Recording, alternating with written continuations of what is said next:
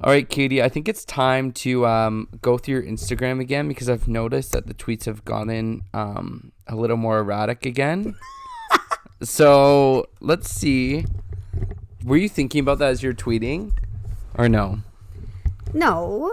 Okay, well, those ones are sad. Literally, yeah, but this one, barebacking on this beautiful Friday evening.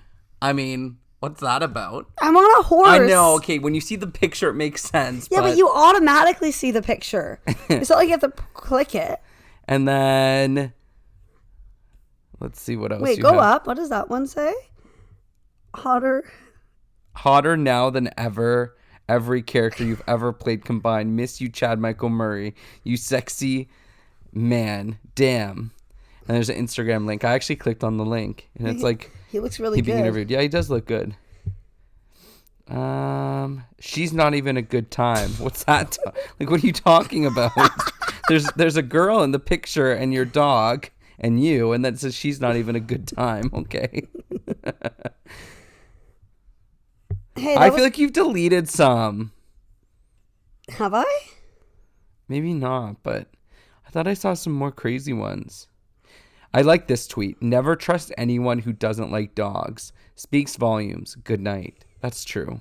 Thanks. I'm glad that tweet spoke to you. And then there's this tweet that literally you've green dots all over your face.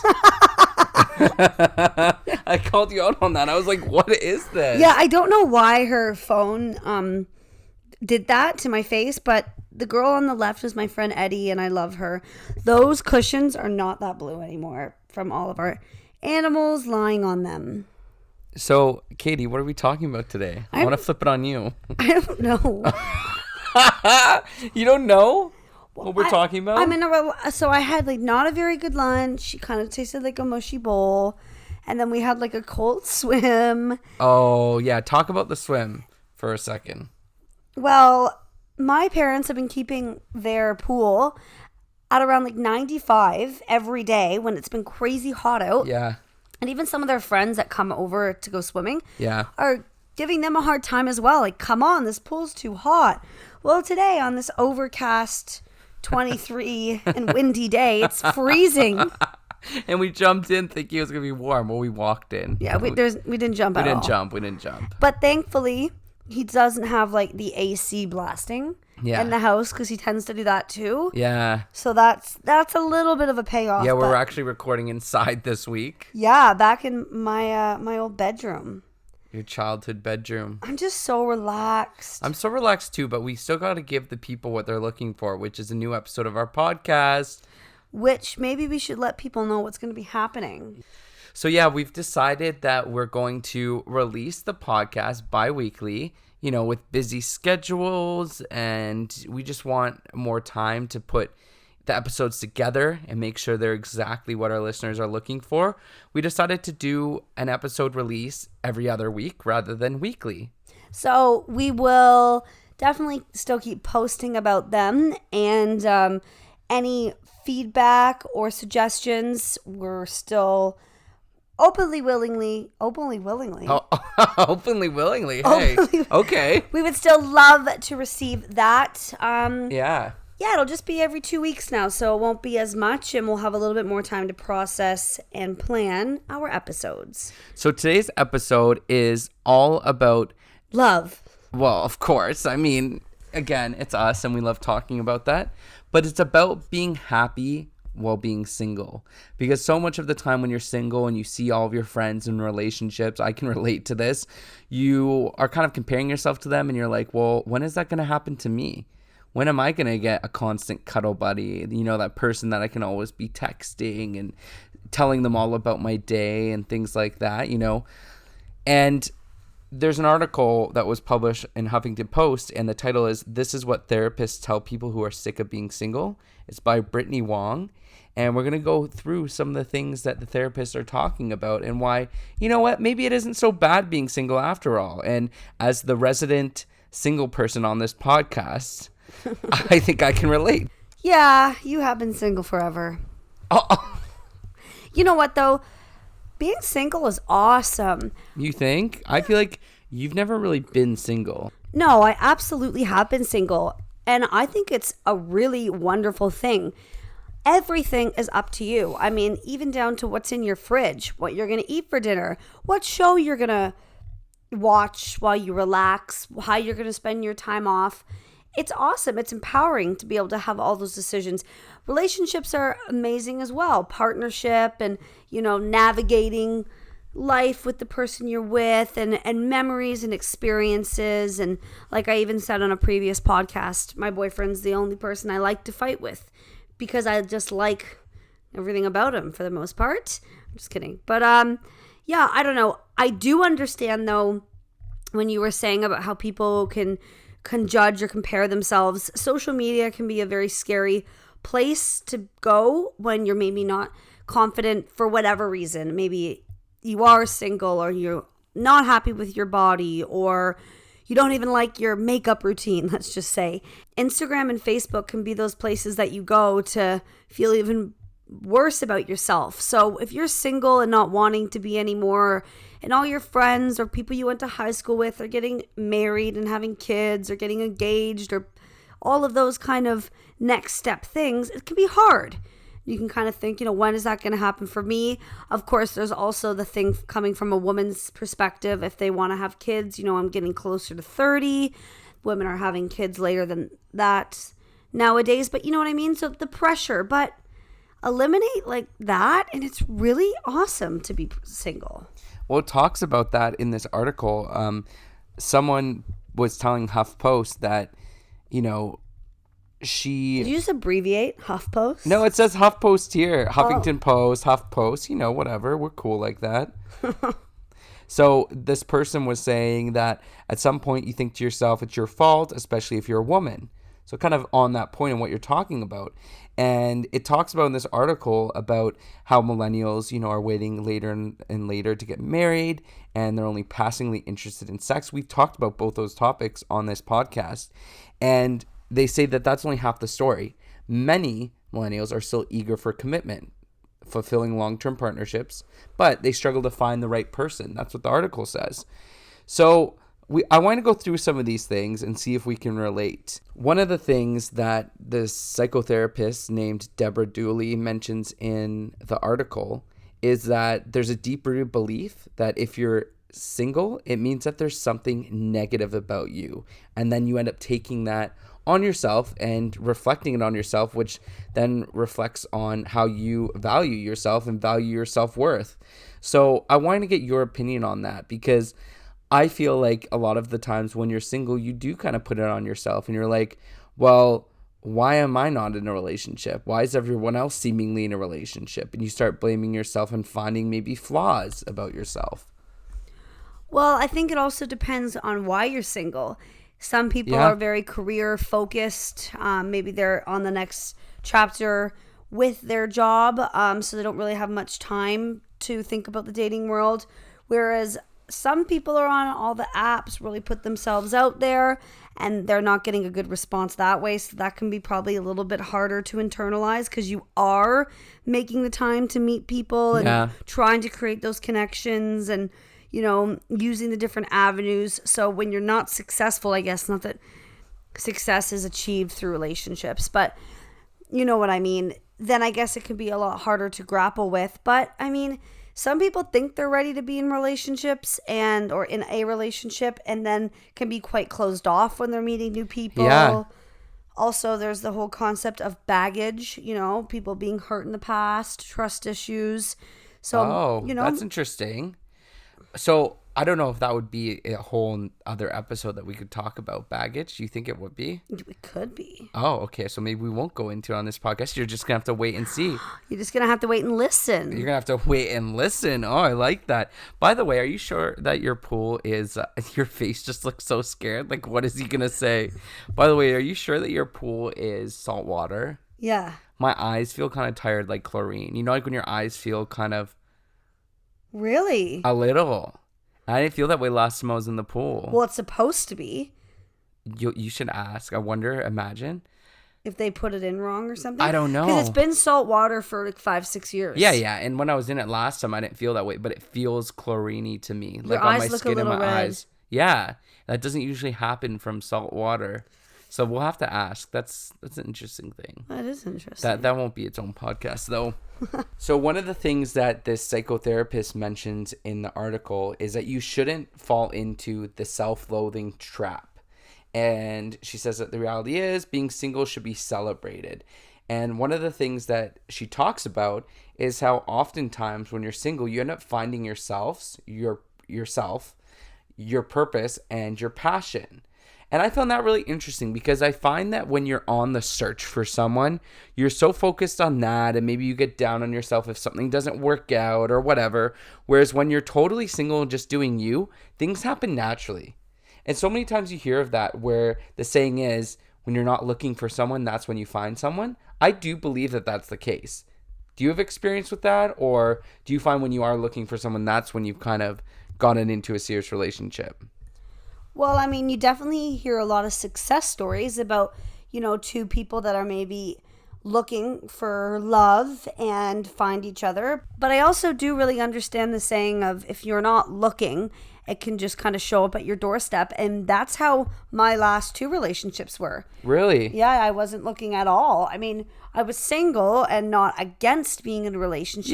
Yeah. But you weren't actively seeking one, right? No, not at all. Especially not my ex-boyfriend. It was my the very beginning of my second year of university. Yeah. And moved into a house with my best friends, and for the first time, all those new things. So I did not expect 3 weeks later someone to. So yeah. Well, because you were so focused on all the other new stuff happening in your life, right? Exactly. I think sometimes when people are trying too hard or not desperate, because that's a negative word, but you're losing track of what you want and what you have to offer, and you kind of just get too wrapped up in the like, I need a boyfriend or I need a girlfriend, I need a partner. When you just kind of do you and focus on what you're trying to accomplish, whatever it may be, then that right person will, come in at the right time. I like that idea, and I feel the same way. I feel like that's what's going to happen with me is, right now I'm really focused on career stuff and starting out in the world of communications and public relations. Can you believe that my program is basically done now? I know, it's crazy. I started the podcast talking about going into the program and things like that, and now it's wrapping up. It's kind of bittersweet. Yeah? It is. Did you make a lot of good friends? Yeah, I made a lot of great friends. What about, like, in comparison to your friends at Humber? Oh, you mean like you? Well, I mean, you and I did have a radio show together. Did you find another Katie Jones? No one could compare to Katie Jones. Right answer! Ding, ding, ding, ding, ding, ding. Now, another thing that it talks about is when you're starting to, doubt yourself, or if you're single and you're kind of looking for companionship, right? And I felt that way too. It's like, oh, well, I would like to go to a movie with someone that I'm dating, or I'd like to go out to this restaurant. Well, number one, it doesn't necessarily, I don't think it says this in the article, but number one, you can do those things by yourself. I've gone to concerts by myself, and it's been fine. I've gone to movies by myself. Wow, I see how it is. But the thing that it mentions in the article is invest in your friendships. So, we're hardwired for connections, it talks about, and how we crave companionship. So, you can find that in your friendships and invest in your friendships. How do you feel about that when it compares to a relationship? I mean, I definitely agree with that. And, boyfriends and girlfriends come and go. Your friends are around forever. So it's very important to invest in your friends and make sure you spend the time. With that said, the older we get, the more responsibilities we have. And it becomes harder for people to do as much as we used to when we were younger, just because we have full-time jobs and bills, and for some of us, kids. So it is nice to come home and be with somebody, but at the same time, it's very empowering to learn how to be alone. My roommate in Australia used to say I didn't know how to do that just because I was always out and about and here, there, or everywhere. For me, I felt like it was a little bit different because I was there, kind of like temporarily. So I wanted to get the most out of it. And I didn't really want to watch Netflix in bed. But he probably did have some truth to it. It's not that I'm afraid of being alone. I just enjoy being around somebody or people more. Well, you're a relationship girl. Yeah. I feel that way. I do like relationships. I like humor and spontaneity and fun times, and everybody that I've ever dated, I have that in common with. So that makes for a lot of good memories. And my boyfriend's very close with like where I work, that everybody that kind of comes in there, and he has a really great relationship with my mom. So it's nice like making those memories and those experiences. But if, let's say, I was single, I wouldn't hopefully I wouldn't get depressed about it, like it's like, okay, now it's time to do completely you again, and there's no distractions or no settling. But yeah, I'm not gonna lie, being with somebody that I can call, that makes me feel good, that I make feel good, that I look forward to seeing, it's a nice thing. And but that doesn't mean you need it, and you should never doubt your self-worth just because you may not have it at the moment, because that anybody can have a boyfriend or girlfriend. Yeah. So. Well, I was just going to say that in the article, it says that the idea of connecting more with your friends or whatever, it's not going to lessen your want for a partner, but it can help you stay actively connected to people in your life in other ways. And I agree with that. I don't think that having really close friendships is going to replace that idea of having a relationship. I do agree that like having close friendships and having close bonds with your family and things like that can help you in everyday life with struggles or with things that, having someone to talk to. But I just feel as though it is different to have that person like you're talking about, that you can phone up or that you can text or you can go home to and tell all about your day. You know what I mean? Every little thing that happens, you're like, I can't wait to tell my partner, right? Or to plan like a nice little dinner, or to experience that concert together. Yeah, you can go to a concert on your own. I've done it. Yeah, you can go to a movie on your own. I've done that too. But there's been times where I've walked out of a concert and seen people holding hands, and I'm like, I kind of wish I experienced that awesome moment with someone else. Absolutely. And that's, what first thing you want to do when you walk out of a movie, because you have to be silent the whole time, is what did you think? Or, I thought that was the worst ending. That's what you and I did. Oh, that's what everybody does when you leave a movie. But actually, we may see a movie later today. We're not sure. I'm not seeing a movie. She literally suggested it. I wish we had it on the recording. Actually, you should go to this movie theater with me one time. I hadn't been there in years, but it's like an Uxbridge icon, and Uxbridge is very close to here. It's outside? No. Oh. It's called the Roxy. Yeah. Shout out to anyone that knows the Roxy. Yeah. It's been around for at least 70 years. I think there's only ever 2 movies that can play, but they're always the number one ones. Yeah. And it's just so old school, and it's not going to be the best quality picture because. Okay. Oh, you're really selling me on this. It's nice. It's not a big Silver City, but I do really like Silver City. And last time Ryan and I went to the movies on his birthday, they asked me if I wanted butter on my popcorn, and I was like, absolutely. Like, what kind of question is that? And then this lady comes out with a beautiful question. I've never been asked this. Would you like us to layer it or just put it on top? I was like, oh, you can layer that butter, baby. Like, whoa, you're not lazy, are you? Like, you're going to do your job to the fullest. Wow. So I had delicious buttery popcorn through and through, but it was a little too buttery. Was it? But her intentions were in the right place. Shout out to you. No, but legitimately, you said 10 minutes ago that we should go see a movie. And I said, we should go see a movie. And then I said, Lion King. And then you were not totally down, but it doesn't negate the fact that you wanted to go see a movie with me. Okay, well, maybe. If you got to know anything about Katie Jones, if she says maybe, that probably means no. Is that true? I don't know. I kind of just said it to say it, because I feel like for most people, if they say maybe, it's usually a no. But I've said maybe before and then thought about it, and then I decide yes. Oh, that's good. Don't you think? I understand your thought process. Okay. Thanks for that. One thing that I want to get out of this episode, it speaks to what we're talking about today and what we discuss a lot on these episodes with you guys, is just kind of getting away from so much self-doubt and overthinking and over-worrying. Yeah. Don't get that.